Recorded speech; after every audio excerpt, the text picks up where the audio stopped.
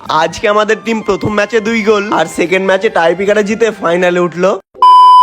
আজকে আমরা যাচ্ছিলাম মহকুলাতে ফুটবল টুর্নামেন্ট খেলতে, আর হরি বলল এইদিকেই আমার না হওয়া শ্বশুরের বাড়ি। দীর্ঘ একদিন পর পৌঁছে গেলাম স্টেডিয়ামে, আর সোনার ট্রফি গুলো দেখে হাতি বলল আয় একটু গরম খেয়ে যা। ঠান্ডায় হালকা করে গরম সাটিয়ে দিলাম।